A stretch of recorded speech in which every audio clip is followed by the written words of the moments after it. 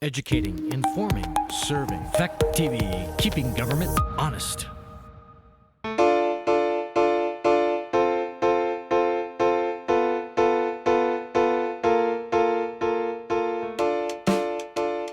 Welcome everybody to the informational meeting regarding the Australian balloting being held on March 2nd, 2021 from 10 a.m. to 7 p.m. Voters can request an absentee ballot from the town clerk prior to the March 2nd. It's probably too late to mail one out and get it back in time. So it would be better if they would pick one up. If need be, a justice of the peace can deliver a ballot to somebody requesting such. A person wishing to speak shall address the board and be recognized. Each speaker will give their name prior to making their comment or question. The questions and comments shall be directed to the board, and there shall be no back and forth between members of the meeting. Everyone should have their device on mute until they have a question. Once a person has spoken on an article, they will not be called on again until everyone has had a chance to speak on the question. The Wyndham Northeast Union Elementary School District will speak first. Then the commission to advise on the elementary school that was voted on at the 2020 town meeting will advise on the question of allowing the Westminster withdraw from the district. The select board and the budget committee will review the articles after to be voted on. And once discussion on an article has been completed, we will not be returning to that question. Questions or comments?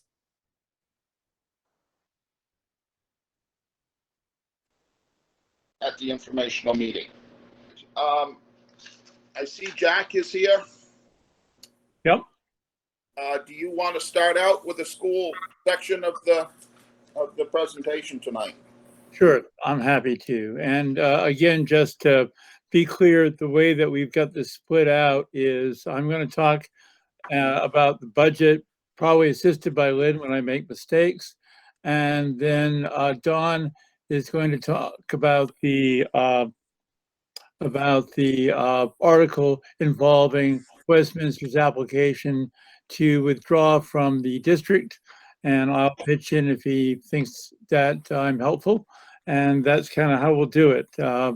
And Lynn, I really will depend on you to tell me if I'm getting any of this wrong, but I think we've got the basics. Let me first just start out and say that I'm going to get us into the weeds of the budget a little bit more than I normally would for this kind of event, simply because distribution of the reports has been a bit of a problem. There are, if anyone's curious, a handful of reports in the little glass, I don't know what you call it, in front of Athens Town Hall, but that's not exactly the same thing as a mass mailing. If you do go to the WNESU website and further go to the WNUESD board page, you'll find the report, but that assumes you knew to look there. So I wanted to let you know that's where it is, tell everyone else. And because I assume most people don't know that, I want to just go over a couple of the main items.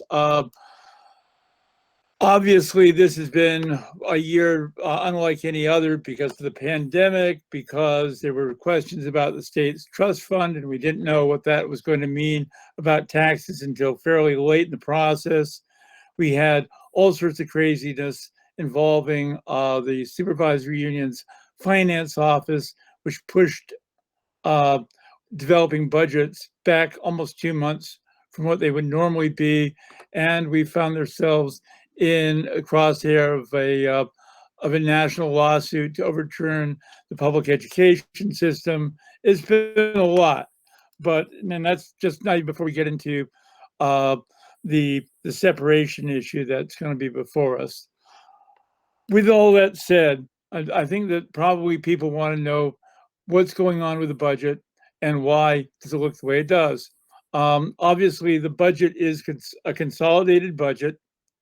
We're going to be asking you all to approve a grand total of $6,954,700 $684 to run our schools next year. Now that includes the preschool, the pre-K program, and the kids we tuition for grades 7 through 8. It's about $150,000 more to run than last year, but it's still $5,000 less than it was the year before.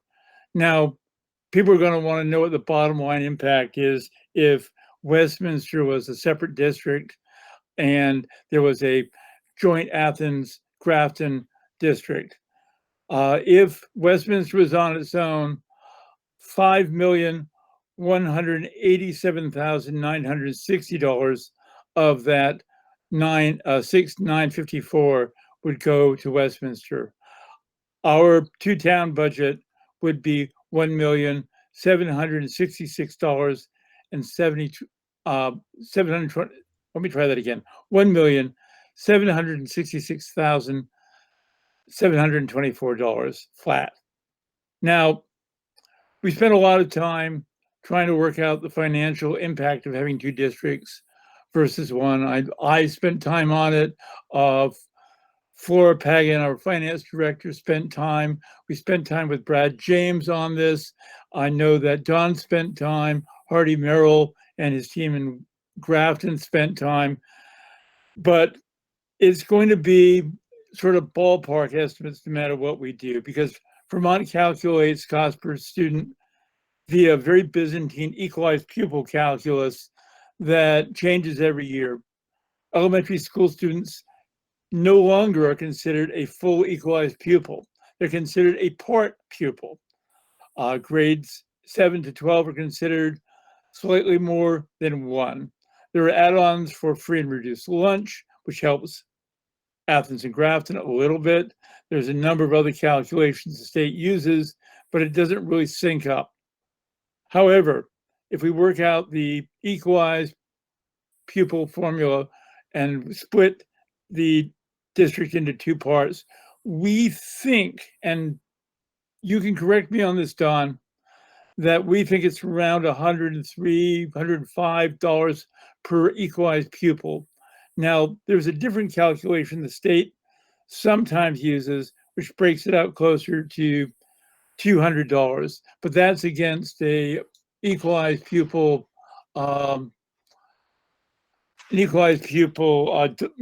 per student cost that is over $18,000.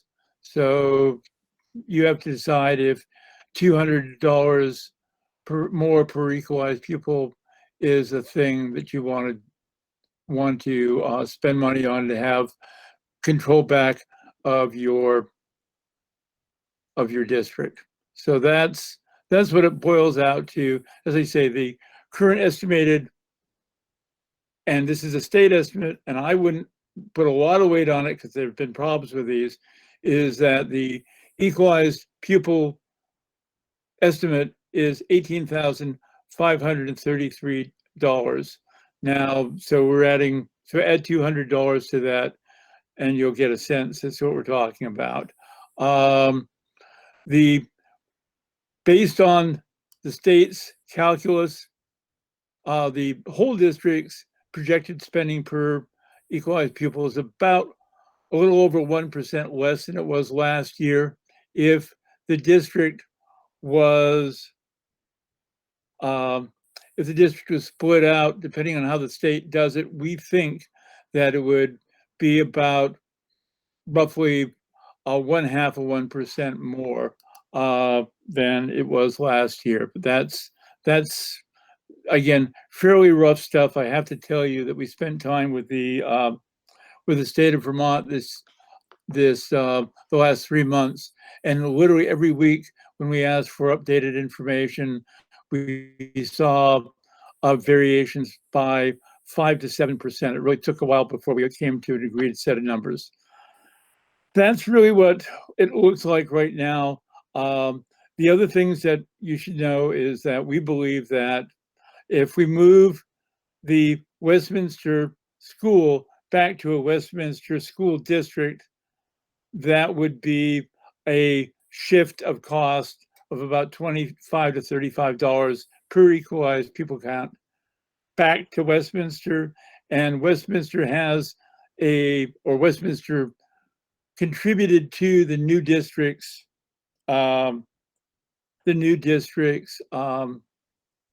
costs, the combined districts costs, about $15,000 to $20,000 that are involved mostly in bonded indebtedness, because the Grafton School doesn't have a bond and the Westminster School does.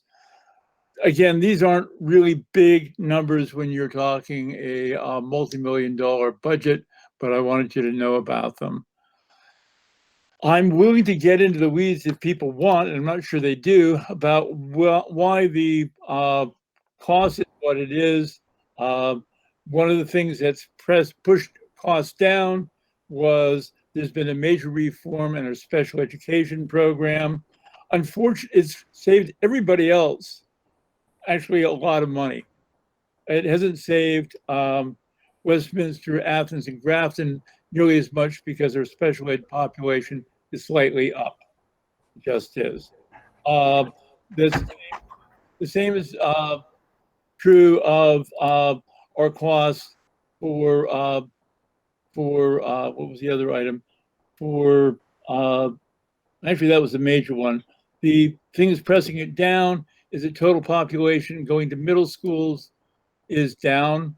It dropped by almost $300,000 in costs last year. It's going up about 30,000 this year. These kind of variations will be a thing. There'll be a bigger thing because we're now going to be a smaller district if we do split the pieces. The other upward pressure is people know that we decided that we were going to make a major upgrade in meals for kids. And this literally tripled our food service costs. We anticipated this year that they would start to go down because we were going to be selling meals to Meals on Wheels and to a couple of other separate programs. But when COVID happened, it blew all that up. We think those costs will be recovered next year, but we don't know when because we really don't know when COVID's going away and you can't budget on a hope. So we're keeping those numbers basically what they were this current year. Health insurance is still going up by an average of 7 and 9%. Not a lot I've got any ability to do anything about that, but I wanted people to be aware of it. And those are the major pressures on the budget one way or the other. And with all that, if there are any questions, shoot. I had one, Jack. Okay. Go ahead. Just wanted to check on the assessment for the bonded indebtedness on the Westminster School. Yeah. I'm getting some feedback here. I talked to Laura? I talked to Cheryl Charles, and she said our payment would show up on the supervisor union assessment, and the only category that made sense to me was financial services, and I think it was around $24,000, which if that's the correct figure, that's 1/3 of 1% of our budget for the entire district. I just wasn't sure that was the correct figure. That was about 1/3 of what I would have expected. Let me touch on that real quickly. The building and its debt were consolidated into the district when we merged, which means that this year we are paying, everybody is paying for that building. And everybody's paying, and the same was, that's been the case since we merged. The if there is a split next year, we'll own the building, but I'll bet they'll want it. And as part of their wanting it, we'll be negotiating, giving them the debt for that building back to them. Now that is, that's in a bond. It's not something they have to pay in total. So it'll change, and we're only paying it as a bond. We're only paying a percentage every year. So all that will slide over to to Westminster. If somebody thinks they can persuade Westminster to pay extra for the building, we can have a chat about that. But I'm kind of thinking that wouldn't be fair. So that's kind of what it looks like, and I think your numbers aren't too far off. Anything else?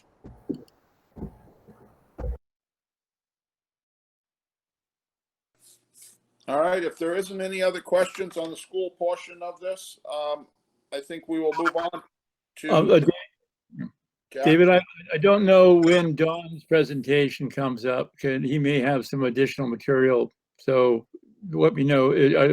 I don't have your agenda in front of me, so I don't know if they're. Don will be coming up next. All right.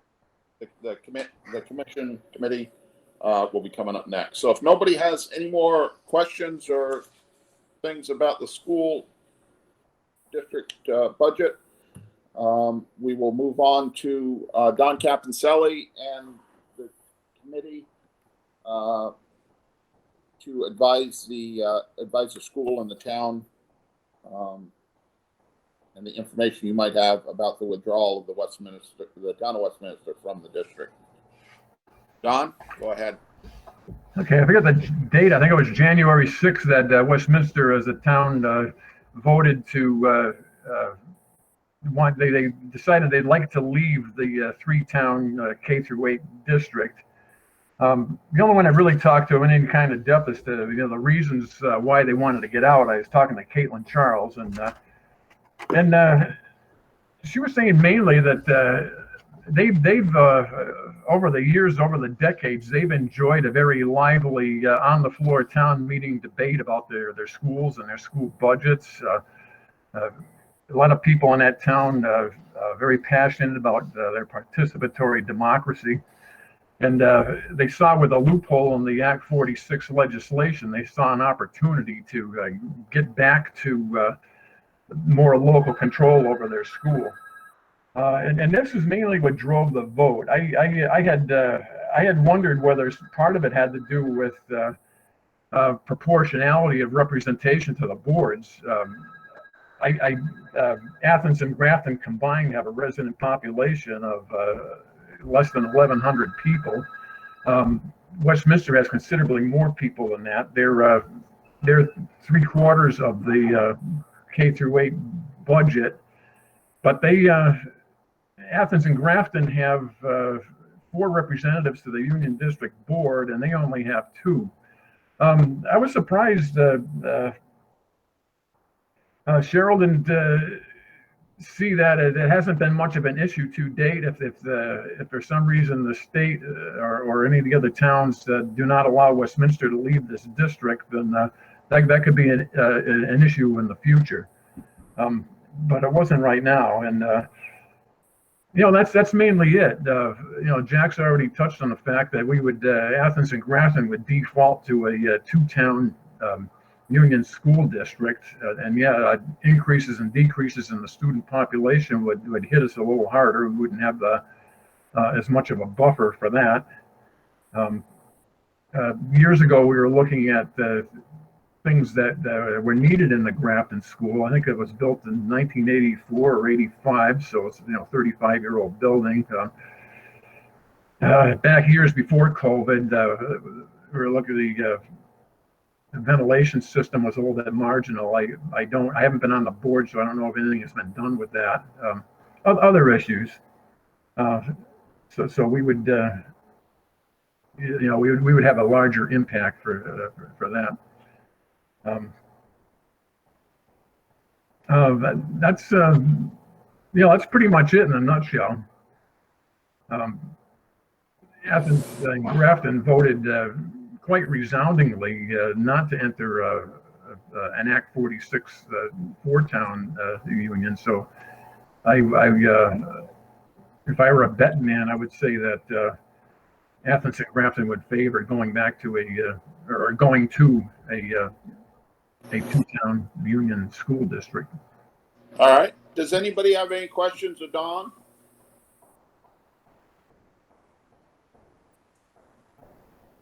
Reference the vote to allow Westminster to secede from the Union. I have a question about the vote itself. Does it, what happens if Athens doesn't want Westminster? If the town votes not to let Westminster, does that mean they don't? I'm confused about like how each of the towns have to agree or not agree for any particular action to happen. All three union districts, My all three understanding of union that is district towns, three union district towns have to be in agreement. If one town, whether it be Athens or Grafton, vote no, then that shoots the whole thing down. If we both vote yes, the state of Vermont still has the ability to weigh in on this somehow. all right. Any other questions? I have a question. All right, Sherry, go ahead. But I would like to ask everybody if they can just state their name, because we've got a number of people here. Just state your name before you ask a question or speak. Sure, Sherry Marr.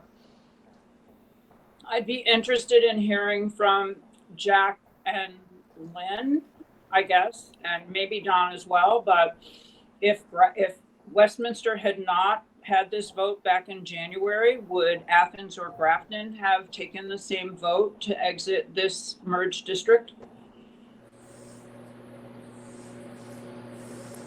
Well, can I go on that a little bit? It was the select board of the town of Westminster that brought this forward. It was not the school board in any members of it that brought this forward, is my understanding of it. And if the select board in Grafton or the select board in Athens had done what Westminster had done, then they would be voting on our withdrawal too. So it is not, and my understanding is the school board does not want to appear to be or be involved in this, in the withdrawal of this, that it is an organic thing from the people, and the select board initially did it, and because they voted for that, then the town of Athens and Grafton have to vote as to whether to allow them out or not. So then I guess that the question goes to you, David, Denise, and Jimmy as our board, or to, I don't know if it's Don, if the committee would have been advising, but I'm just really interested in trying to understand, had Westminster not gone ahead with this, would we have pursued that path? Would the advice have been to pursue that path? Well, I don't know. We haven't voted on that at all. It was, I believe, a petition that was raised in Westminster that requested them to do that. If a petition had been presented to the select board here, we certainly would have looked at it and acted upon that one way or the other. But I don't believe that we at any point envisioned trying to pull Athens out of the district. We've only been in the district for a little over a year there, and we were waiting on the lawsuit, which was finally settled last summer. The select board has expressed their desire to remain a single town district as it was voted before. We were trying to do what the people wanted at that point in time. But no, we have not considered doing this prior to Westminster's action. Yeah, I think just the sheer numbers in Westminster, I think they just beat us to the punch. There's such a large group of people that are so passionate about running their schools from their town meeting. I think at the point where our select board and school board were preoccupied with the beginnings of the budgeting season, they had Westminster had people that were hot on this opportunity. That's the way I saw it. I don't know. We're spread a little bit more thin in Athens and Grafton. I'm not sure at what point we would have decided to pursue this opportunity. David, maybe I can answer a little bit of this. Sure.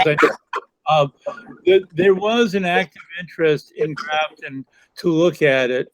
I know that much as and there might have been one of the concerns that had been raised, I raised it, was that when the three towns were consolidated, it was very clear that the State Board of Education was bound and determined to merge Athens and Grafton, whether we liked it or not. And in many ways, Westminster was considered collateral damage. Since there are no connecting roads between Westminster and the rest of the district, the feeling was that if someone was to go first, it probably ought to be Westminster. They have the AOE had recommended against their merger, even though they were pushing Athens and Grafton to merge. Of all the various districts that are petitioning to withdraw, my read has been that Westminster has the best chance literally in the state. And it was important to get the State Board of Education used to the idea of saying yes to petitioning towns.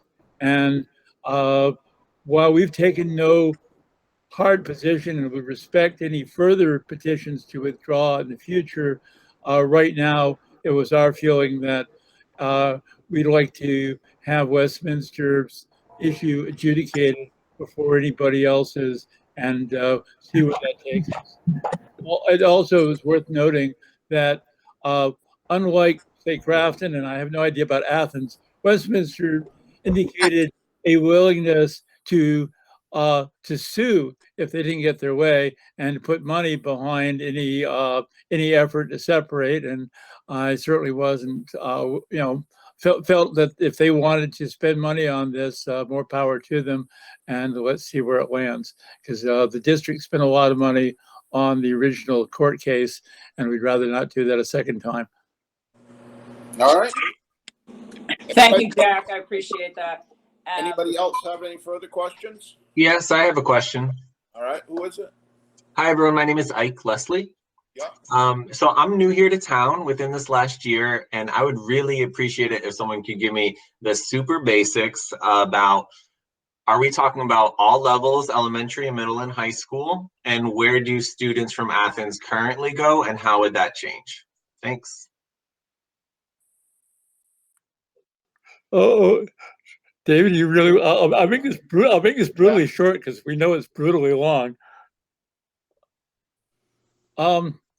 With your permission, here's the deal. We have one of the more interesting school configurations anywhere in the country. We have individual town districts. We have combined districts, some of which are K-8, and we have our own high school district. So the town of Rockingham, Bellows Falls, Athens, Grafton, Westminster are joined together in a single high school district called the Bellows Falls Union High School District. I'm on that board too, because I'm a glutton for punishment. There is a Rockingham K-8 district.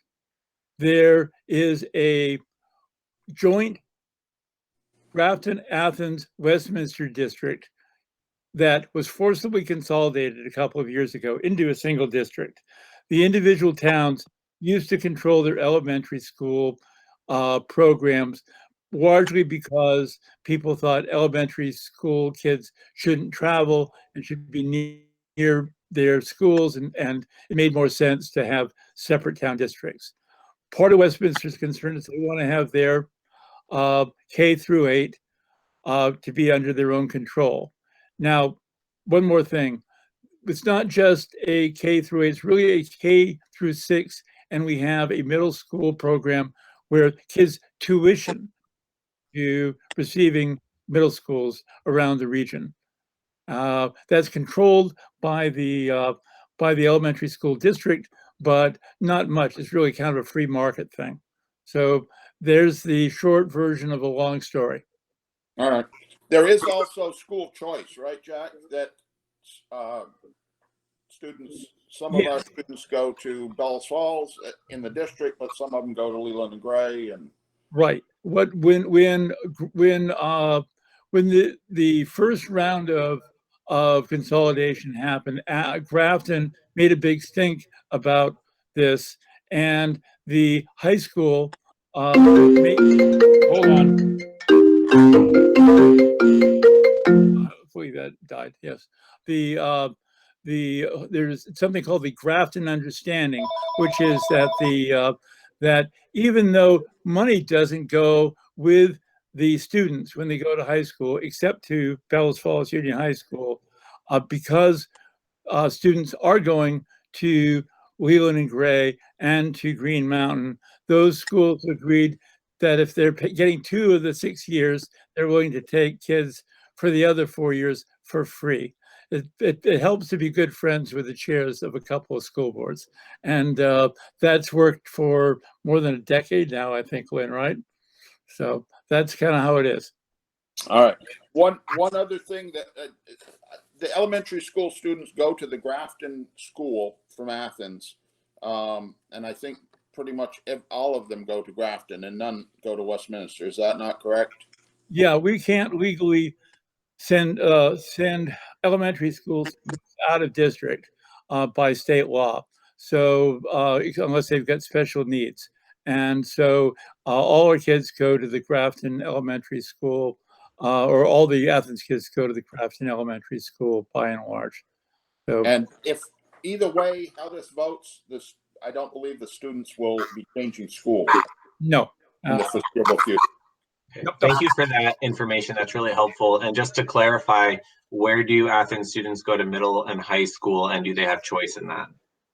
Again, the middle school, 7 and 8, they can go anywhere that will take them. And in fact, they can apply a state minimum tuition to a private middle school. Some people go to the grammar school, some people go to Compass School.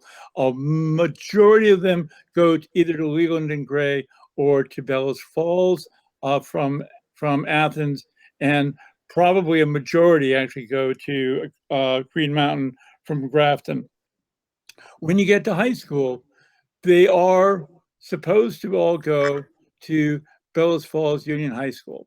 But as I said, we have the high school has made arrangements where we allow students from the 3 towns to go where they like, and as long as one of the public high schools in the area will take them. And so far, we've been able to persuade the area high schools outside of Bellows Falls Union High School to take them, just because they like us so much. All right. Are there any Thank you for that. I appreciate it. Any other questions? Yeah, I have a question. My name is Wichi. And I was wondering, so the vote to include Westminster in the district is for only the K-8 or for the overall, or for all of the K-8 only. K-8? Thank you. And it is a vote to permit the town of Westminster to go through with their petition to withdraw from the district. After that is done, it'll go to a state board that will adjudicate it, and then we'll see what happens. All right, thank you. All right. Any other questions? If not, we'll move on to the town portion of the warning. Who wants to go through this? David, this is Sherry. I have a question that I don't know where it fits in, so I'm kind of jumping in. But I noticed that the articles at this point don't include something that has always been Article 1, I believe, which was, or maybe Article 2, which was to act on town reports. That's correct, because you can't vote up or down to act on the town reports. So that was specifically not added in there to that. So if people have questions about any of the town reports, when does that fit into the discussion? We can have that discussion as we go through if it comes up in part of the articles, or if you want to ask questions now, you'd be fine to. Okay, thank you. All right. All right. Article 1 is, shall the town elect a road commissioner? At this time, we do elect a road commissioner. It is some towns in Vermont elect them, most appoint them. But Athens elects theirs and have for a number of years here. Does anybody have any questions on Article 1? I would like to make a comment on Article 1. Sure. In the past, we have elected.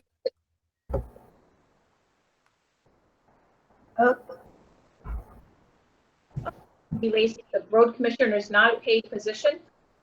I would recommend that the select board be the road commissioners for the town of Athens. What does she recommend?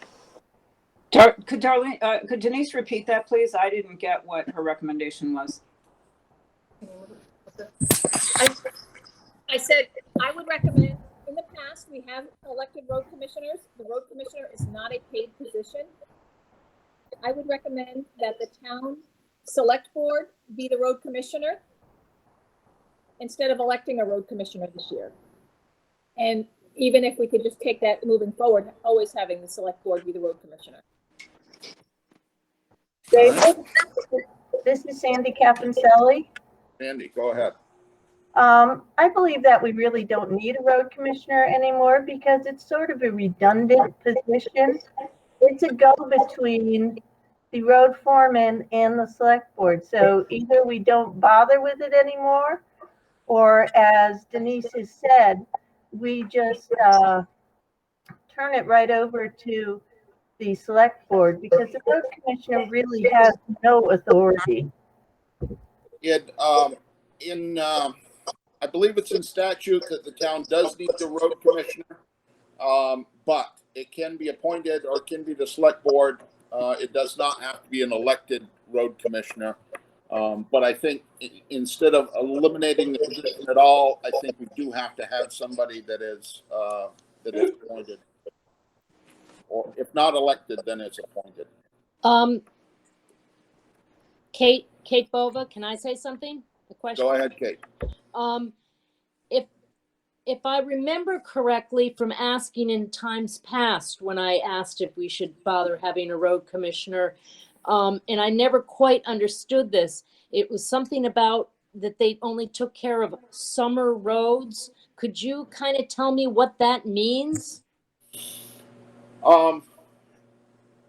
That was in a number of years past that a road commissioner would have more say in the summer roads. My understanding is now that they advise the select board on issues concerning the roads and what they believe needs to be done and not done, but would not have control of the roads per se over the select board or the road crew. And the form. Go ahead, Kate. I'm sorry. So the summer thing was a thing of the past. It's all year round then. It is. The select board is still in charge of the roads and spending any money, but the road commissioner could advise the select board at any time on things that they saw summer or winter that they needed to. And could the road foreman inform the board on those as well as a road commissioner?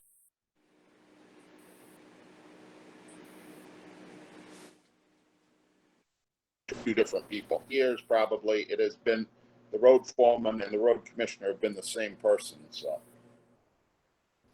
all right. Any other questions or comments? I have a question again. This is Ike. Can someone please explain what a road commissioner does? like I said, they advise the select board on things that they see as needing to be done on the roads. And they don't have the authority to spend money or order things to be done, but they can make recommendations to the select board. And is that the extent of the responsibilities? I mean, is it that ill-defined? If you read in the statute, and I don't have the statute in front of me, it is pretty vague as to what. Krista Gay read the statute at the last meeting for us, and there is not a lot of responsibility left to a road commissioner.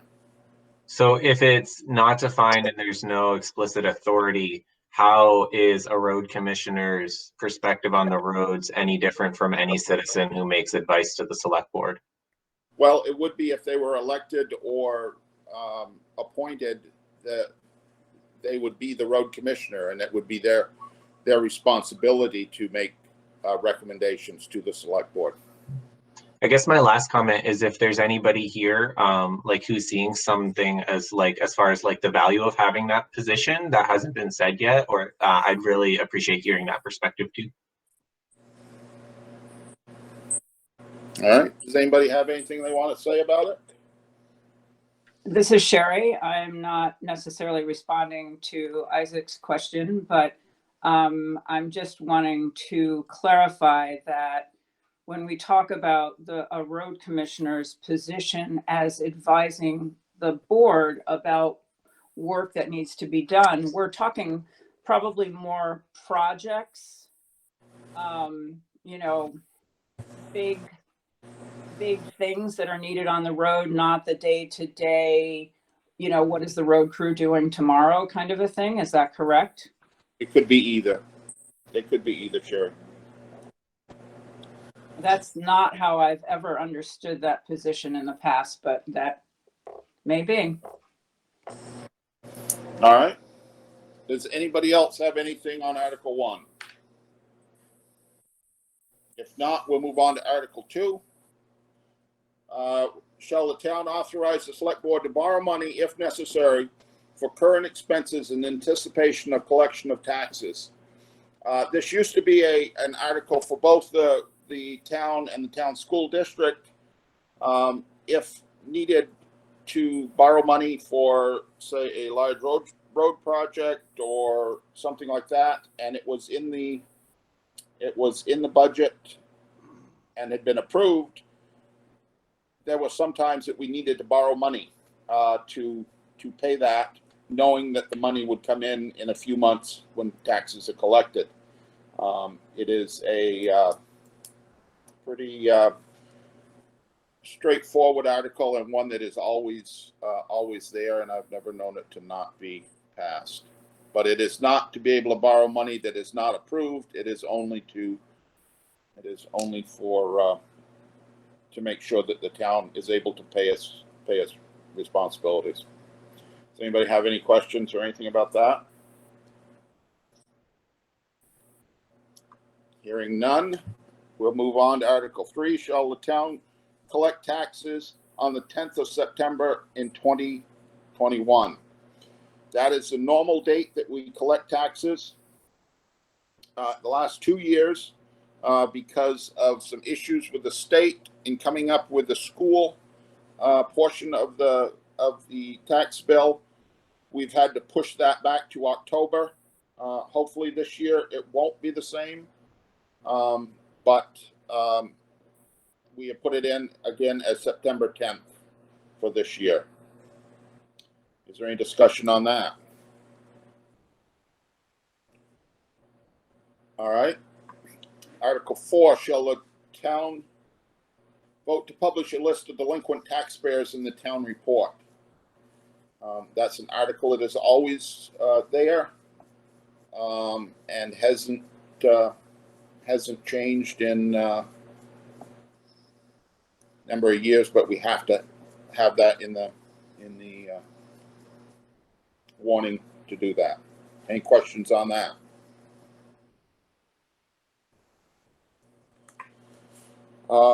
Article 5, shall the town use the $32,000 approved at the 2020 town meeting for the construction of a bathroom at the town garage to reduce taxes and transfer the monies to the 2021 general fund. David, this is Sandy Caponcelli. Sandy, go ahead. I think that money should still stay into the garage fund and be used for a bathroom. By law, federal law, we are breaking the law by not having an available bathroom for our employees. So I think it's quite necessary to keep that money within that fund. We are right now at this time, thanks to Witchy, looking into a grant which may help supplement that funding. Yeah, I understand that, and that is certainly a perfectly reasonable thing to save the money in there if people want to. A couple of the reasons that we put this article here is at last town meeting, the plan to construct the bathroom was to use volunteer labor and to use the town equipment to do that. It was decided at the town meeting to require us to put this out for bid. The volunteers, people, please put yourself on mute if we're getting back. Because we had the article was amended saying that we had to put it out to bid, it would have, we believe it would have been illegal to then do it ourselves and to have the volunteer labor and companies bidding against what is free labor and town equipment to put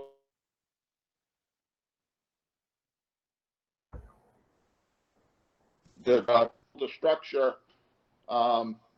Withdrew their offer to do that. I believe the budget committee has looked into what it would cost to have it constructed. I believe they got one estimate, and I think that was about $65,000, if I remember correctly, to have it. If you can put yourself on mute, we're getting a lot of feedback there. If we had not approved that money, we could have probably gone to the state and got a grant through the Leisure grant where we got the computer and things, and the federal grant would have probably paid for putting a bathroom in there.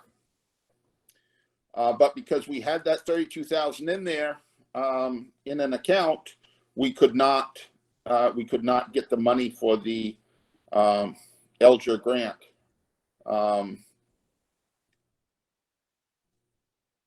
If we are going to go forward and put this out for bid, we're going to at least have to double that amount at some point. And as time goes on and the price of materials and things are going up, it'll probably be more than double that amount to put one in there. I've read the information about the from OSHA, and I don't necessarily agree with Sandy's idea on what OSHA says.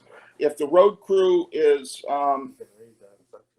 if you look at the section that says sanitary standards,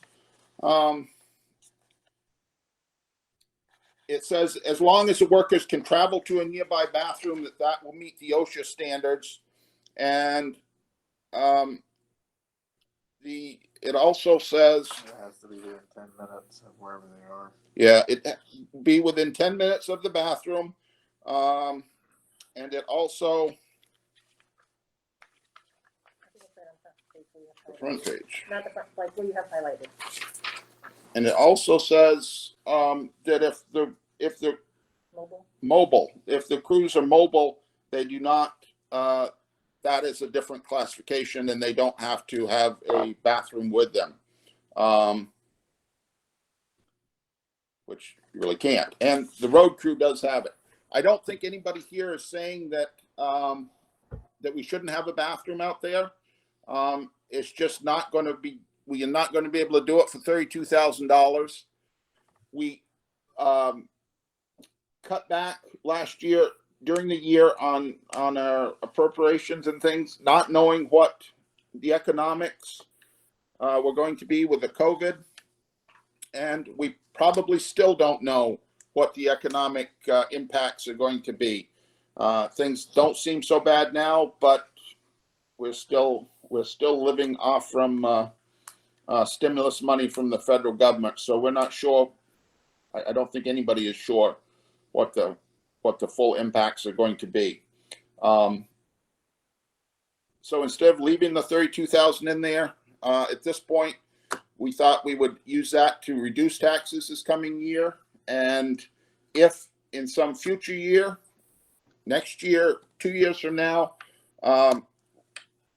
when we know things are more stable economically, we would be able to put another article in and ask for the money if we can't get grants. If we can get grants for it, all the better. So. Well, I think that.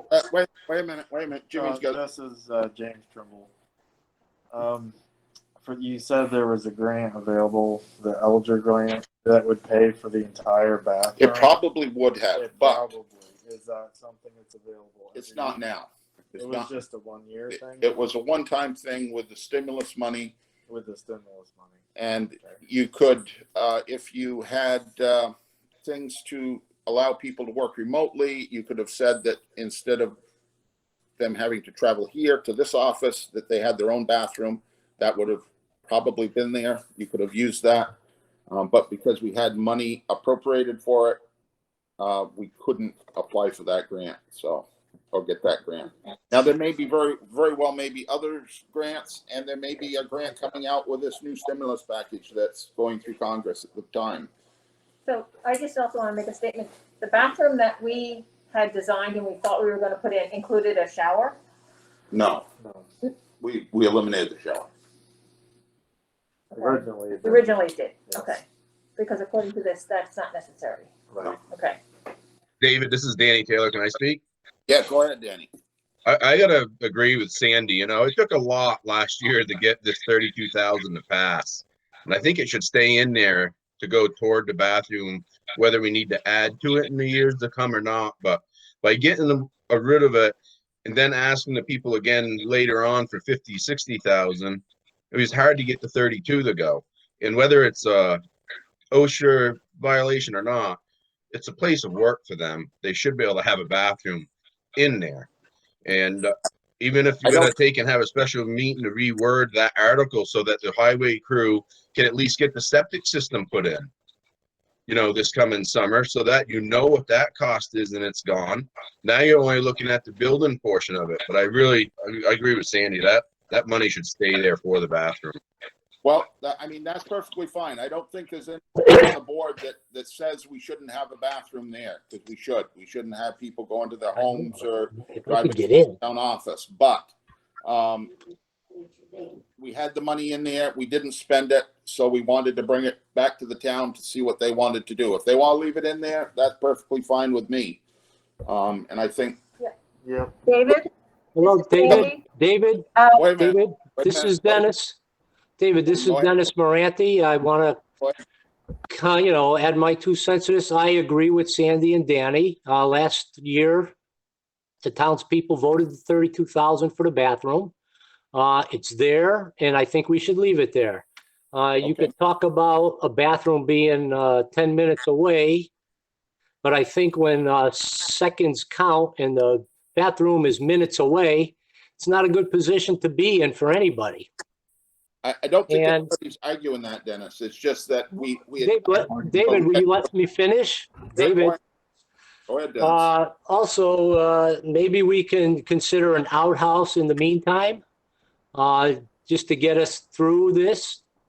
And then I noticed that we have about almost $29,000 in the town office restoration that I don't think anything's been done in a town office, so. And you don't seem like, nobody seems to think about taking that money out and spending it somewhere else. So I can't see taking the bathroom money and spending it somewhere else. That's it. Okay. Thank you. Who else has something? Yes, David? Yeah, who's speaking? Tim. Tim Stevenson. Tim, go ahead. I agree with just about everything that people have said, but I would be curious to hear from Matt, for example, and Tom, if he's with us, to talk about what the issue has been for them. What if this has presented a hardship or a discomfort or a challenge, and just to know. I mean, I think that's important to me, to know what a bathroom would mean to the folks that would be affected by this. All right. I don't know if Tom is here or not. Are you here, Tom? Tom? Danny, is Tom here? Yes, he's here. All right. David, I was over there since 1985, and it should have been a bathroom put in there years ago. I've been through the experience of 10 minutes. It's way too long sometimes. Yeah. And they should take that money and set it aside and put it in as a bathroom. That's my feeling. All right. Well, they've already spoken. So, Don, if you want to speak, you can do that. I would like to add to the fact that I have spoken with Matt, and he said there has been a situation more than one time where they have somebody who comes to the garage for one reason or another, somebody from the state, and we have no facility for them. And it also states in OSHA that part of having a bathroom is to help prevent health issues like having to hold your pee for hours. It only makes sense to keep the money in the account for the town garage and let us see what we can add to it and do it. If we have to do it piecemeal, we do it piecemeal, but get it done. The building is 35 years old, never had a toilet in there. It's ridiculous. It's just ridiculous. As I say, I don't think anybody's arguing that. Denise had something she wanted to say on it. So as a budget committee, we recommended to put this on as an article because we knew that $32,000 wasn't enough and we couldn't just leave it and we couldn't just get rid of it. So the reason why this article is on there to find out what the townspeople wanted us to do with that money. And according to what you're saying, it's very clear. We should leave it in the fund and add to it. So if that's what you truly want to do, when you vote Australian ballot, then you should vote, do not transfer the money, and it will stay in the fund for the bathroom. David? All right. David? Yeah. Who else? Don Capancelli. Go ahead, Don. I would vote no on this article also, but I got a little confused, and maybe because I was sleeping at the switch when we had the vote on the amendment on the floor last March. Back in 2013 through 2015, the town of Athens, in essence, was a general contractor on the town office renovation. We had volunteer carpentry. We hired out the plumbing. I think the plumbing was low enough where we didn't have to get the three prices on it. The same was true with the electricity. Mike Bates had this put together for town meeting last year in detail, and this guy's been a 40-year tradesman. He knows his stuff, and why we just didn't turn him loose on it, I don't know. Like I say, maybe I was sleeping at the switch at the time. Well, but I don't understand why we can't take the same approach to get this bathroom. Well, because there was an amendment to it that passed that said that we had to put it out for bid. If we could have done it like we did the town office, it would be done now, and we probably wouldn't have spent the $32,000. We may have, but probably not. But because of that amendment, we can't spend the money that way without doing that. And if it has to go out for bid, then we can't compete against ourselves, supposedly. And Mike withdrew his offer to do the labor for free. So the amendment the amendment hurt us. And David, can I speak once more? Yeah, go ahead. They want to put an addition on that building, but that building is all piped in the floor for a bathroom in the corner, which was all set up for like a 10 by 16 room. And I don't know why there isn't room in there to do that now. All right. I just have that. All right, is there Go ahead, anybody else? Krista. Who else Hi. hasn't spoken? Wants to Krista speak? Gay. I just have a quick Yeah, question. Go ahead. I'm just a little confused by the wordings of this article, so I just want to make sure I understand it. If you want to keep the money for the bathroom, you vote no, correct? That's correct. Okay, thank you. Just a very quick comment. This is Ike Leslie again. So I agree with the health and other concerns raised about the need to prioritize having a bathroom in a space. And I also want us to consider how like putting the money aside and working towards this, in my view, is an expression that we value the people working on our roads. I have deep appreciation for the folks doing this work in all sorts of tough conditions. And the fact that there's not a bathroom there, to me, is an expression that I understand there's hard means, but the town is not valuing those folks the way that we should be. So I think we need to keep that in mind. The bathroom, it was just that the 32,000 wasn't going to cut it, and we couldn't just leave it there in limbo. So we put this article went on to see what wanted to happen. So I think the select board will be happy. We'll be fine with if you vote no, and then we will figure out something else from there. So I have a question. Oh, okay. This is Wichik. I guess a follow-up question. Maybe it's too late because it's already been written, but I just want to make a note. I feel like this is a little misleading. This article and the way it's phrased, because it doesn't give, you know, it feels like it's telling me like, let's take this 32,000, let's reduce our taxes, and everyone's gonna be like, oh great, but what's not being said is that this 32,000 to take away from building a bathroom budget. And I feel like the question being misleading just is a little red flag for me, and I just wanted to put that out there as we move forward. all right, we had to put it in there as to what to do with the money. We couldn't just say, do you want to build a bathroom again? You had to decide where the money's going. So it would have gone against the, if it passed, it would go against the general budget to reduce taxes. It wouldn't have then gone to some, if we wanted to go out and buy a lawnmower. But to Wichie's point, it couldn't have been framed, let's take this $32,000 and save it for future contributions to the bathroom.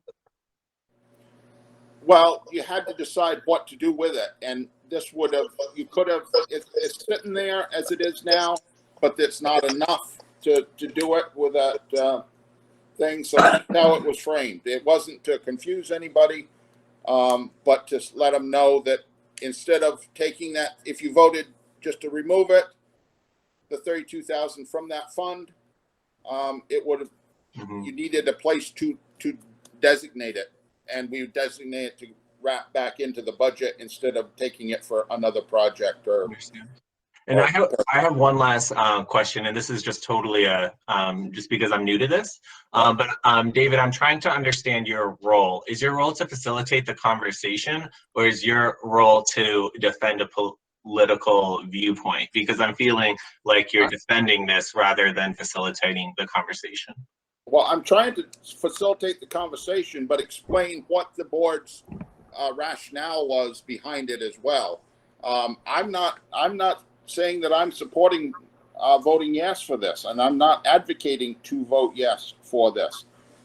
This is a discussion on what is going to happen with that, and if the town doesn't want to do it, then the select board will go ahead and the money will stay in a bathroom fund there, and we will try and work on how we are going to be able to construct a bathroom.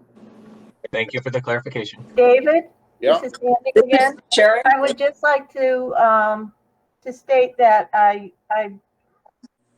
we have 249 taxable properties in this town. If you divided that money evenly, we'd all get a break of about $128. But as we know, it would not be divided evenly. So some people would get a big tax break out of this money, and some people would get something that was barely negotiable. So I think it is wisest to keep it in that account, to have us add to that account, and to have this be a project that this town finally gets done. Thank Okay. you. All right. Are there any other questions? Yes, this is Sherry. Sherry, go ahead. So some of this is just sort of expressing frustration over the fact that there maybe was not clarity a year ago when we voted on this, but when this conversation first started, I thought I understood your comment about the grant not being possible as the fact that we had money and therefore we couldn't go for the grant because the grant would have paid for the whole thing, but we had $32,000. I believe now you said that that was a one-year grant, so maybe that was a misunderstanding of mine. But what I'm really frustrated about, I think, is that last year, and I was at the meeting, so I'm probably equally guilty, and I know how these things can move through quickly when amendments are made. But if we had volunteer labor that was going to make this happen for $32,000, and that was not made clear, that an amendment to put this out to bid would completely undermine that, that's a real unfortunate thing. So then I want to go on to say that if we vote no on this article, we're leaving that money there and leaving it, as I understand it, tied to that amendment for a bid. I'm wondering if there is any way that we can retain that 32. Well, no, first, let me back up. Is the volunteer labor still a possibility if the funds were available for that without being tied to a bid? At this point, no.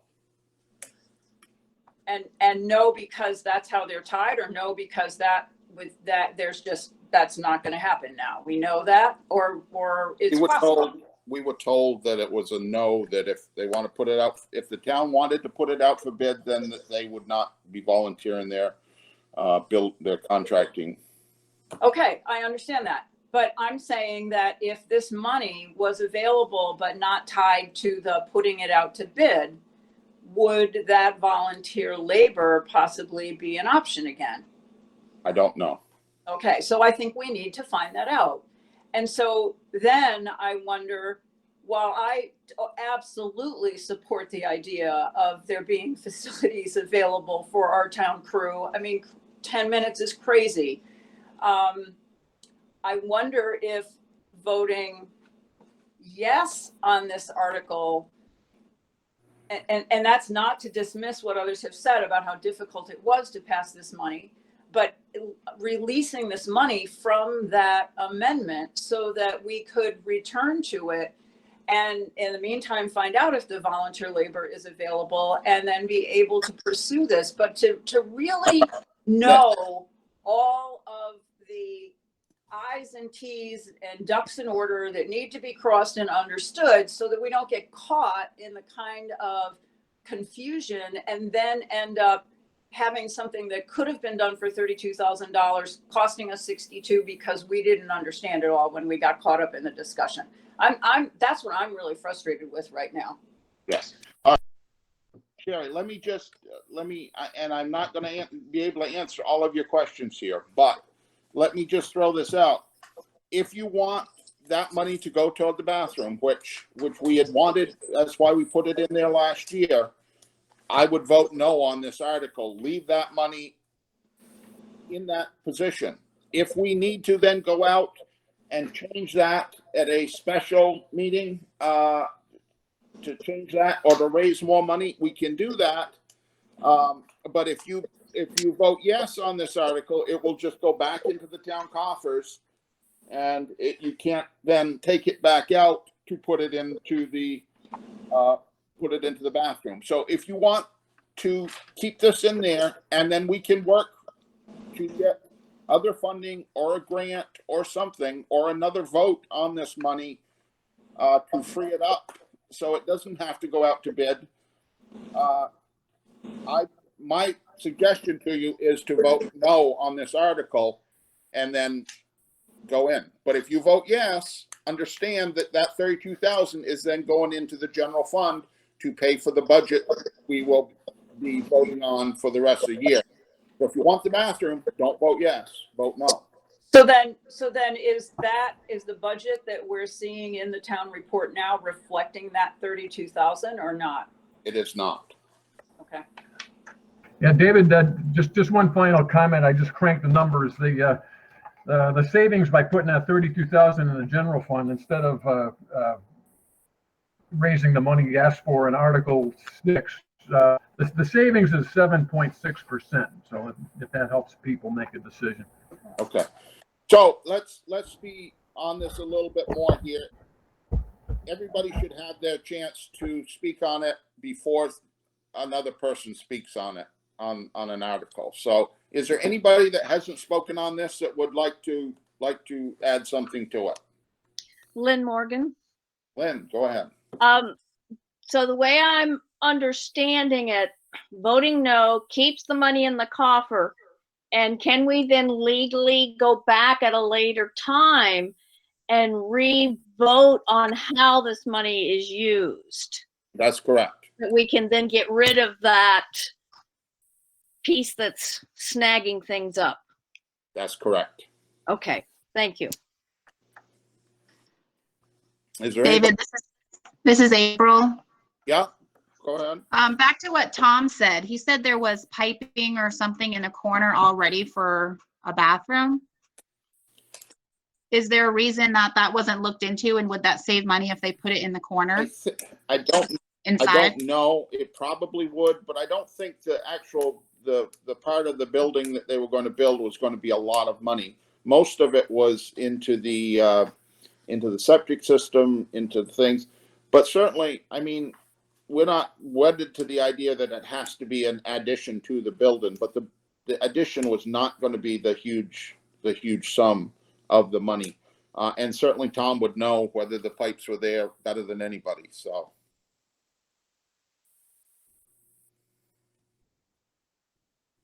Anybody else have any question?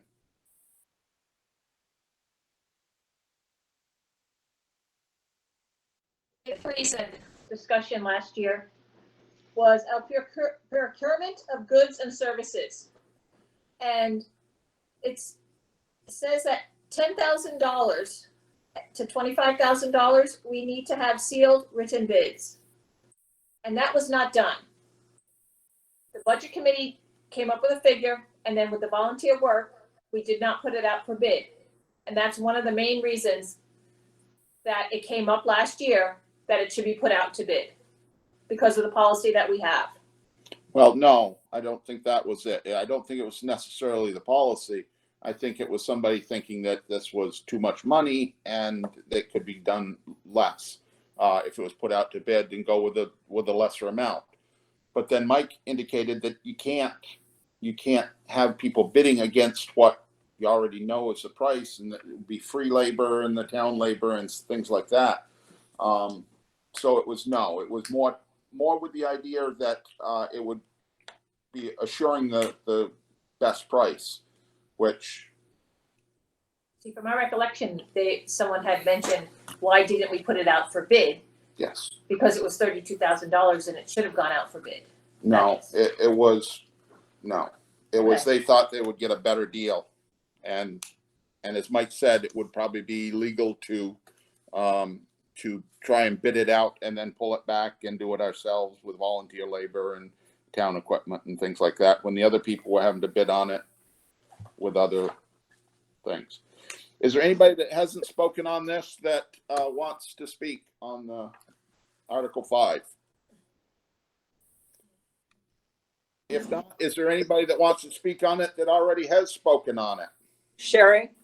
Go ahead, Sherry.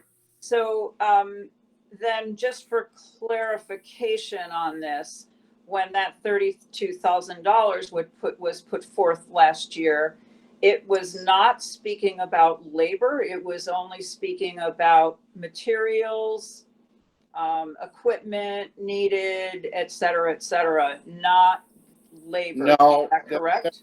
No, you're not. Or correct. labor of maybe other like plumbers or whatever, but not the construction. That's correct. There would have been plumbers that needed to be there. There would have been an electrician needed to be there.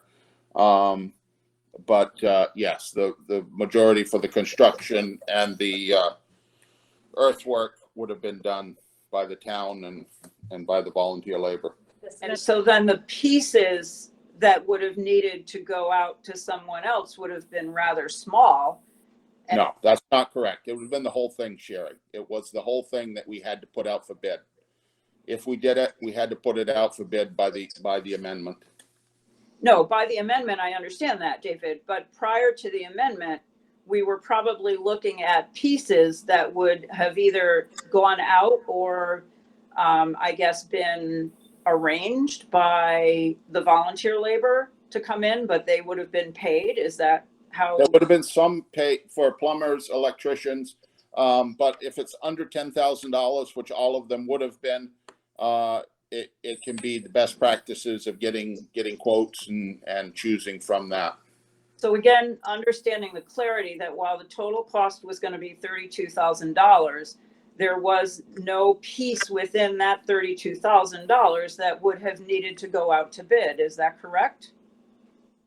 It would have not needed to go out to bid if it had been approved the way the select board presented it to the town. No. Well, I guess what I'm saying is it sounds like it would have not needed to go out to bid if the clarity of the policy was made, if the policy was made clear. No, that no, Sherry, you're not bidding out tiny pieces of a project. You're not bidding out who's going to do the electrical, who's going to do the plumbing.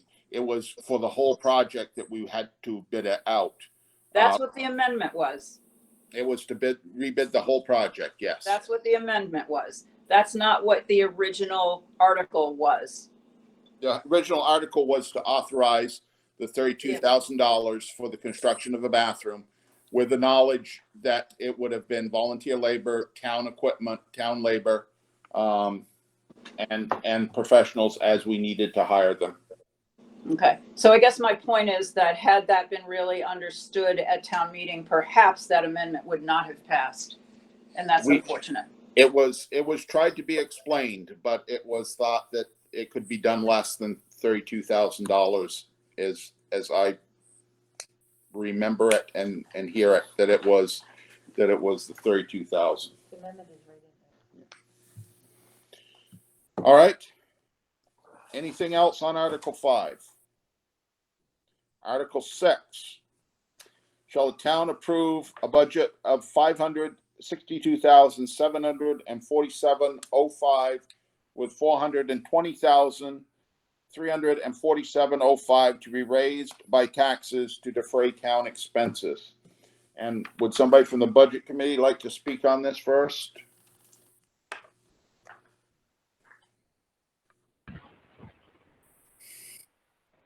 David, I'm going to ask Hannah if she wants to speak on it. All right, Hannah, do you want to speak on it at all, or? So there's not a whole lot to say about those totals. I would just say that the amount we're trying to raise for taxes in that is lower than it has been in the past because we had additional revenues last year in grant form, in addition to a little bit lower spending on purpose, like David had mentioned earlier in the meeting, because of the uncertainty of COVID. So, but I'm happy to answer any questions on specific parts of the budget that anybody has. I'll try to answer. All right. And again, if we can do this, everybody gets to speak once until everybody gets their chance, and then they can come back at the end of it. But let's not have anybody filibustering if we can help it. Anybody have a question on Article 6? I do, David. This is Danny. Go ahead, Danny. So I run all the numbers, and everybody says it's lower than the past, but the only thing that really made our budget so high last year is the $32,000 for the bathroom. If you run all the numbers with your the way the budget shows, it's actually up more than it was last year, because the town is only going to raise $408,746. With this year, you're asking for $423,47.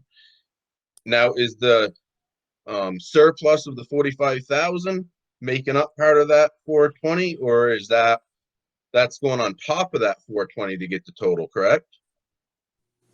Well, the 32,000 was a special article last year and wasn't part of the original budget, and it is not figured into that 420. Okay. Then the one other thing I have is I went through your line items, and a lot of the stuff is higher, quite a bit higher than what you actually spent last year, and you're asking for a lot more. Is there reasons why some of them are so much more? And what lines do you have questions on, Danny?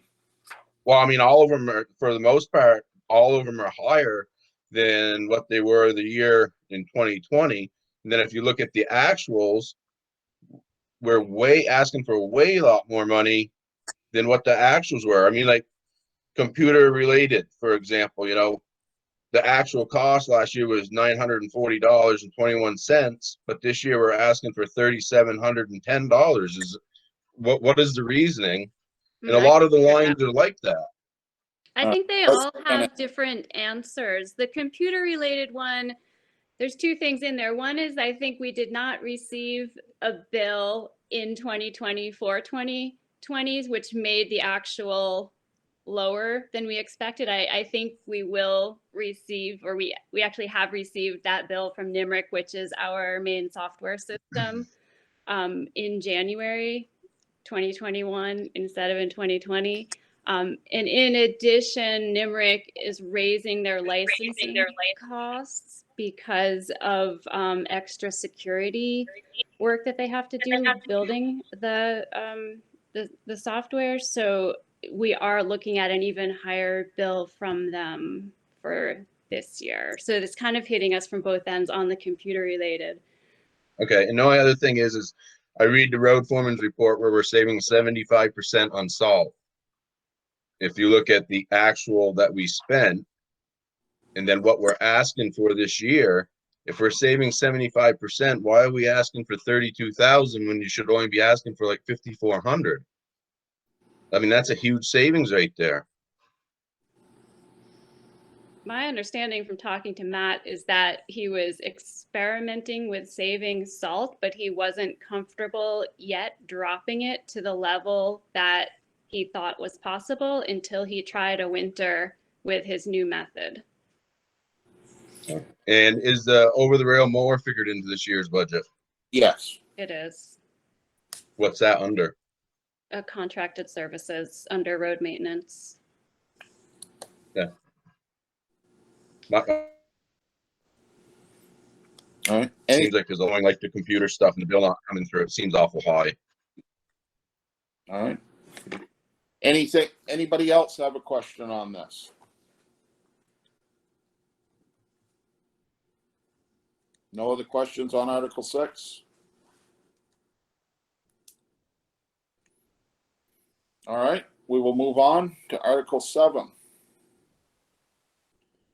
Shall the town of Athens voters change its trash recycling schedule from weekly trash and bi-weekly recycling to bi-weekly trash and bi-weekly recycling, with trash and recycling having alternate weeks starting on April 1st, 2020.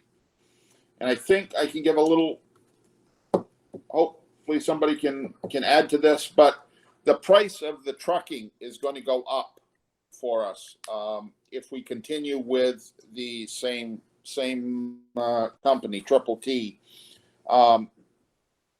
considerably to the budget for recycling and for not recycling, but for trash pickup. With the state law that says that no compostables can go in the trash,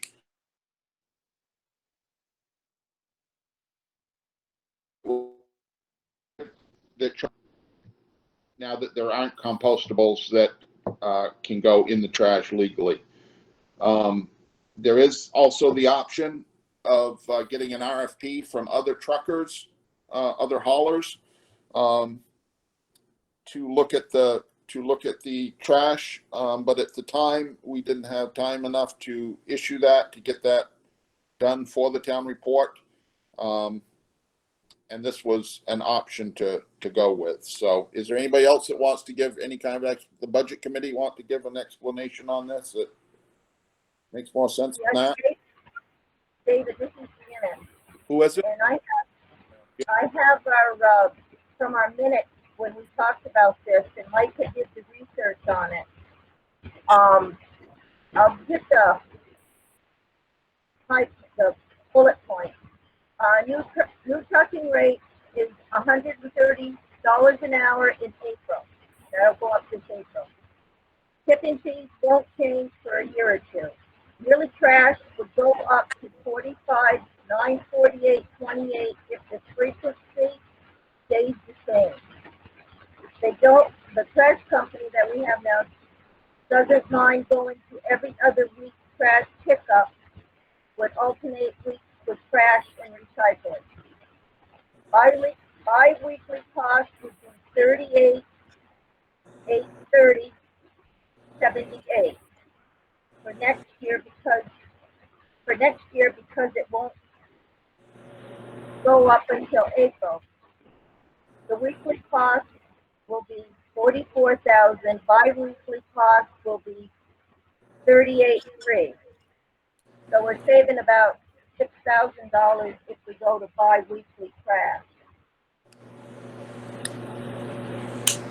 If that helps. All right. Does anybody have any questions on the trash article? I have one. For $6,000, has anybody broke that down what it would really save us on our taxes? Because if it's only going to save us a few cents, I would still rather have my trash weekly and not have to worry about the bears and the raccoons trying to get into it when I'm trying to find a place to store it. No, that is certainly a concern that people have had, and there have been talk about it in years past of going to biweekly or service, but because it has because of the rate increase, we put this in this year. The budget committee wanted to look at it and see what the people thought. I don't take a position one way or the other. If the town wants to continue the weekly trash, I'm fine with that. And I think others are as well. But we think we'll leave it up to the town. We did not want to institute it and say that we are going to cut it down to, bi-weekly trash pickup. We wanted to let people decide for themselves whether they wanted to do that or not. And we do know that our trash tonnage has dropped over the years.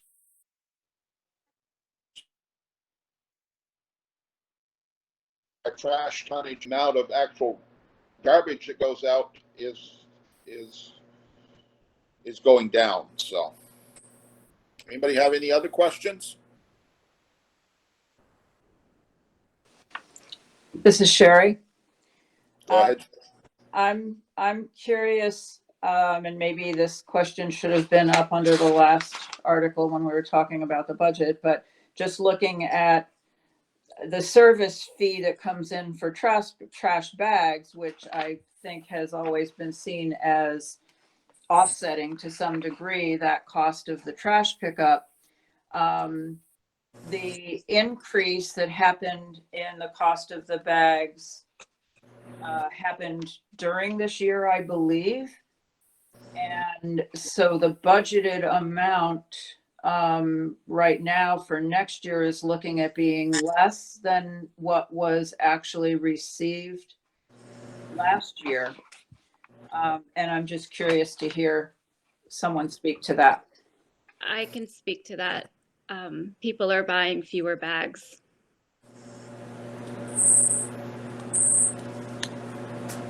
All right. Anybody else have any question for her? Hi, this is Wiche. I guess I want to echo Tina's question, which I'm not sure I got answered, or maybe I missed it, or I'm not sure. But like, how much would that $6,000 difference? Like, what numbers are we looking at really when we talk about if we keep it every day and this cost goes up? How much are we paying per bag or so? Like, has anyone done that calculation? Well, the sale of the bags does not cover the cost of the of the trash, and then recycling, which is actually more per ton than the trash is not covered by the bag sale. So it supplements the part of it. Just the additional $6,000, I don't know what that will work out to on the tax rate, but honestly, it will not be a lot of money for any one person, any one taxpayer to pay. But this is a way that maybe we can reduce the money for trash when we're not having as much trash go out, and it's an option for the people. Instead of the select board sitting back and saying, well, we're going to change it to once every 2 weeks, we have this article on here to give people the option to do that, and to have their voices heard on it, and not just have it done by fiat by the select board, because that's something that affects everybody's household and things. But we are not selling the bags. We're not having as much trash go out, and that's probably a good thing in the large scale of things. But one way to save a little money from the increase is to go to every other week instead of every week. Okay, that was clarifying. Thank you. I have a follow-up question, but I'm not sure if I can ask a follow. Maybe.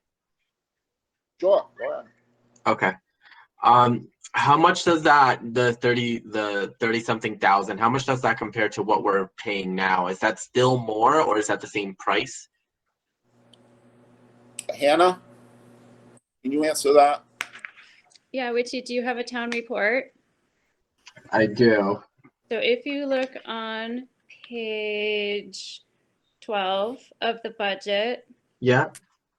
so you'll see we spent $37,000 in 37,452 this year. Yeah. And so we're looking at 44,000 for next year. And you can kind of look back the last couple of years, what was budgeted and what. This Article 7 really doesn't affect us because all we do is put out recycle. Dennis, if you could mute yourself until you get called on. Sorry about that, Dave. So and what was that? If we go to 2 weeks, you said 36,000. It would go down 38,000. I believe it would be $6,000 less for next year, and slightly more for the year after, since we would be paying a full year at the new rate. All right, thank you. I have a question. Okay. This is Ike, and maybe this is a naive question, but I don't understand why, if we are getting half the service, if it's every other week, why the price would drop by 6,000 and why the price would not drop by half.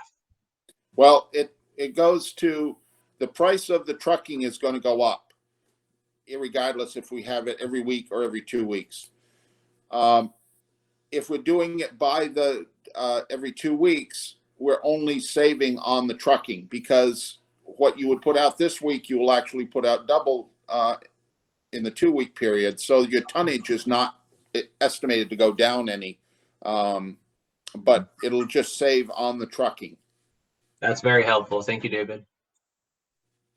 All right. Anybody else? Dennis, did you have something on this? Well, I was thinking of something here.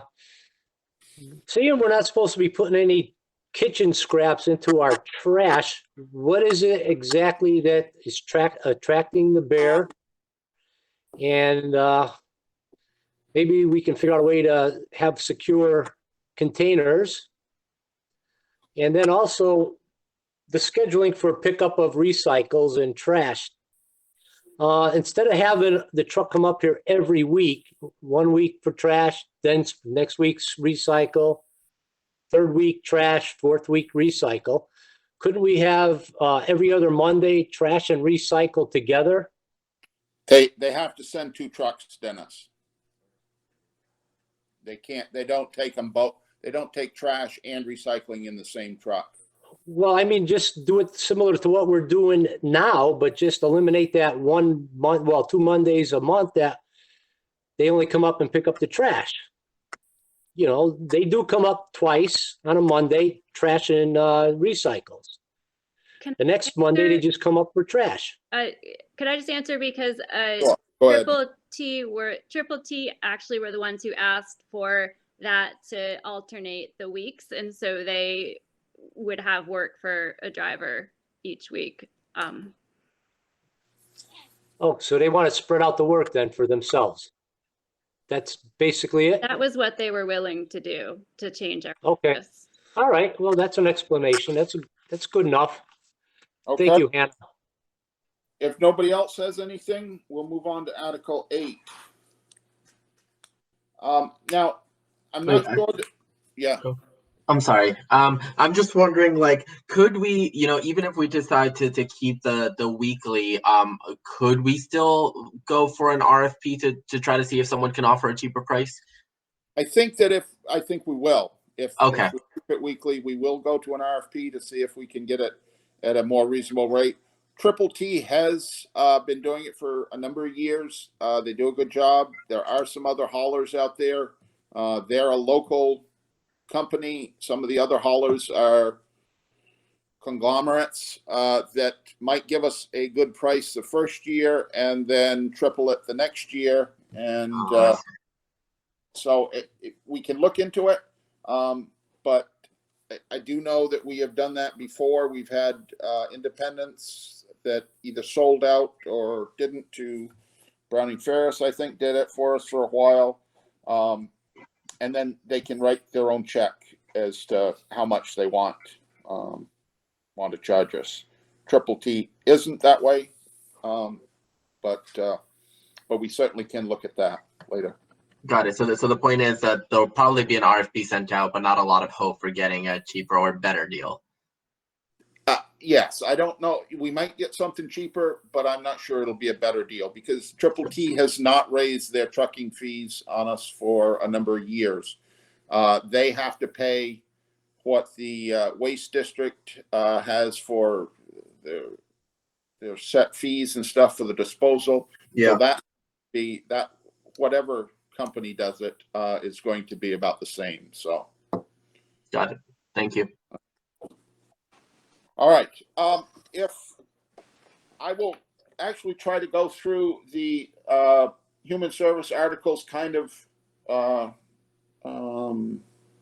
fast here. If anybody wants something on that, I'll certainly let you talk about it. But there's usually not a lot in town meeting, or and I'm not sure there will be here. So Article 8. Shall the town appropriate the sum of $356 for healthcare and rehabilitative services incorporated to help support outpatient mental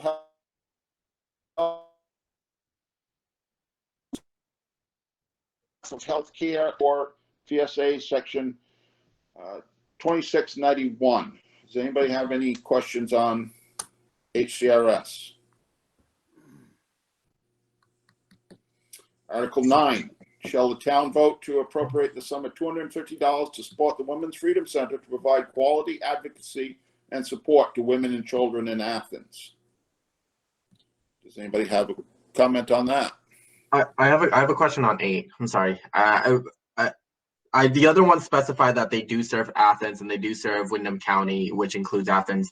Article 8 doesn't necessarily say that it includes Athens. I just want to confirm that those are services that we receive. I don't know that for sure, but I am sure that HCRS does work with people from Athens. I work with somebody that works at HCRS. She works with me. It's a big organization. Yeah. They have like 500 people working for them. They get money from the feds. They get money from the state. They get money from insurance companies, and they want $356 from us. I don't know. I can't say that they do have somebody in Athens, and I don't think they could, probably with HIPAA regulations. Yeah, but I'm sure that they do. All right, thank you. David? Yeah. Yeah, this is Tim. In past town meetings, if memory serves me correctly, we've had representatives from ACRS that have come and detailed their services to the town of Athens. So I just would like, I don't think No, we've had we've had anyone there for the last couple of years that I remember, but I know in the past, that was a common thing. I know that we've had people there. I don't believe that they have detailed their services to Athens, and I don't think that they can do that, Tim. They could say what services are available, but I don't think that they will tell you who they have served in Athens, although I agree that they have served people here. David, it's not that they've mentioned names of people that they've served. It's more like they've talked about the kind of services they've rendered in Athens. That's what I remember. And again, I may be wrong on that, but that's what I remember. I certainly know that Sevka has come out with things where they have served in the town. I can't recall anything from HCRS like that, although they have had representatives there. So, okay. All right. Any more questions on that? Hearing none, we'll go to Article 9. Shall the town of Athens vote to appropriate the sum of $250 to support the Women's Freedom Center to provide quality advocacy and support to the women and children of Athens? Is there any discussion on that? Hearing none, we'll go on to Article 10. Shall the town of Athens appropriate the sum of $330 to support youth services, the needs of youth and families in and around Windham County?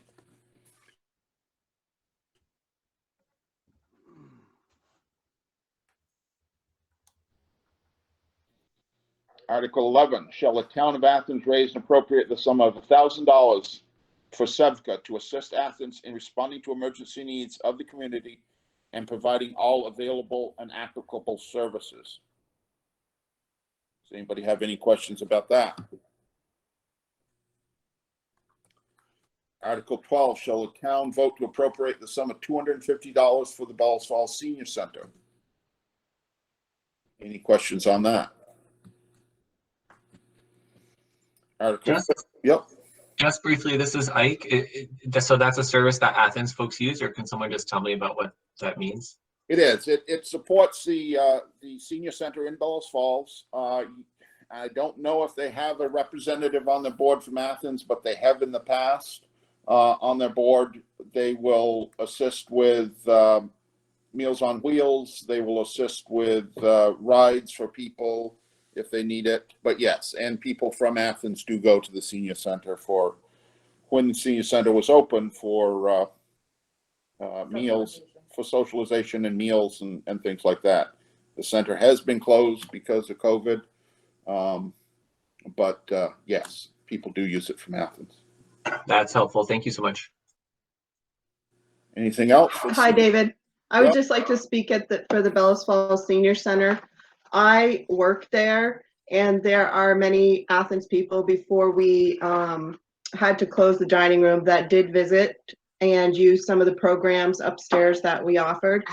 And it is still open, and Tegan is there every day if anybody from Athens needs to call and ask her for questions. And she is more than willing to assist them with anything, senior solutions, or finding if they need medical equipment or anything like that. So we are closed to the public, but she is still there daily to help with information if anybody needs it. Yep. Tina, has there been any talk of opening it back up, or any timeline or anything? There has not. It's just because of the regulations we would have to go through. We would only be able to have 6 people in the dining room at a time, and there's only 3 of us there. So we would have to clean after everybody left, and it's just all the health restrictions that we have. We're hoping with the COVID vaccine that we can open sometime in 2021, but Tegan would have better answers for that. All right. But I also know that the senior center is a place that is giving out vaccinations right now too. So that's, people from Athens can go down there for that if they can get an appointment. So, all right. Anything else on the senior center? Article 13, shall the town vote to appropriate the sum of $1,350 to help support home health, maternal and child health, and hospice care provided in patients' homes and in community settings by the Visiting Nurses Association and Hospice of Vermont and New Hampshire? Does anybody have any questions on that? All right. Article 14, shall the town of Athens raise and appropriate the sum of $1,000 to assist Grafton Cares in providing a variety of assistance to the people of Athens? Dennis, are you here tonight? I am. Can you hear me? Barely. What do I have to do to be heard? Well, just talk right up. I think we'll hear you. All right. What did you want to know? Well, just if there's anything you want to say or say All right. to anybody that Grafton Cares can help out during the pandemic and stuff, maybe? We have a meals program that has been shut down, like the senior center, of a Wednesday lunch every week and 2 community suppers a month, one in Grafton, one in Athens.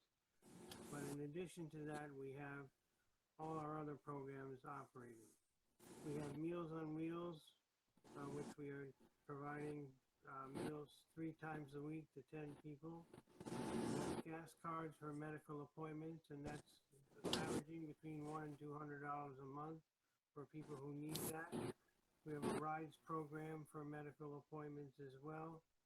We have welcome bags for new people who are coming to town. Sunshine baskets for people who are not feeling well or by themselves. We also have free medical equipment that can be loaned out. Right now, the various hospital beds that we have, 2 of them are in service in people's homes at the moment. We have financial assistance where needed for wood, oil, electricity. Grafton Cares knitters that provide shawls and baby blankets to new babies. And a strong living program for exercise. Maybe forgetting 1 or 2, but that's where we are. All right. Does anybody have any questions on Article 14? All right. Article 15, shall the town raise and appropriate the sum of $300 to assist Senior Solutions? Does anybody have any questions on that? All right. Article 16 is a bit different than before, but it says, shall the town authorize the select board to set the time of future town meetings? In the past, it had been left to the town meeting to set the time, but because we can't have a motion and decide on that or put a time in that, and we don't know what the future holds. Hopefully next year we'll be able to have the traditional town meeting, but we don't know the future, what the future will hold in that.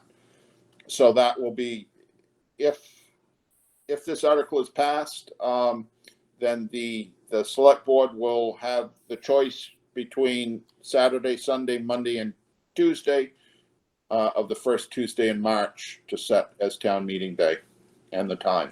So, but it can only be one of those 4 days. So, anybody have any questions on that? This, Okay. this is Sherry, David. I don't have so much a question. Well, I do have a question, I guess. I mean, I think that it would be wonderful to be able to return to our traditional town meeting on a Tuesday and first Tuesday in March next year, and I certainly hope we can do that. But what I'm really interested in is understanding how we might go about it if we wanted to maintain this Australian ballot process for electing our town officers rather than the vote from the floor. That would happen. Might that happen? This year, the legislature passed and I don't know the section of the law, but they passed it that the select board can authorize to have Australian balloting. Right. I'm asking about how we would go forward with doing that. I'm trying to explain it. if in the future we want to do that by Australian ballot, whether it's the election of officers or the budgets or any of the articles, that would have to be voted on at a town meeting to authorize that. Okay, so then the Maybe a year from possibility, if there were to be any kind of a special town meeting this year, that could be a question that could be put before the voters at that time. Or it would be possibly an article for next year's town meeting to be something for, that would be 2023. We would be talking about where we. Yeah, it can only be voted on at a town meeting to do that. Not at a special town meeting? At a special town meeting, that's Okay. not too. Okay. But that would, yes, you could vote on that, but it has to be a vote of the town. Okay, I got it. Unless this law is extended on the chance that the pandemic is still going on. So. Well, I would just like to say that I feel that that process, people needing to know that they needed to make clear if they were interested in running, and if not, getting the word out as to what were the open offices. I feel like that has gotten a lot more interest and activity in town this year with regards to that, and I think that's a good thing. So I would really advocate that we consider continuing or looking to continue in the future office votes by that, not the rest of the town meeting business, do the budget and articles and all of that at town meeting as we traditionally do. But I think voting officers by Australian ballot would be a good thing. Okay. Does anybody else have anything they want to say for the informational meeting? David and Dennis, I want to get a clarification. If Article 6 is just for the next town meeting and not for all future town meetings. Article which? 6? The 16th. I'm 16, sorry. yes, it's just for this next town meeting. It's just for the town meeting in 2022. Okay. And well, the reason why I asked that clarification is because it says to set the time of future town meetings. Yeah. So that's big, and I don't want to. I'm afraid, what next year it'd be like, oh no, we said that, in future town meetings, so therefore the select board chooses the time. So I just want to. Yeah. No, it will only be for the next town meeting, and we can only set the date. Town meeting day is the first Tuesday in March. You can have it 3 days before that, or the town meeting day itself. So there's not a lot of wiggle room in that where to set it. So. Okay. Right, anybody else have anything for? Dennis Hunt, one more addition.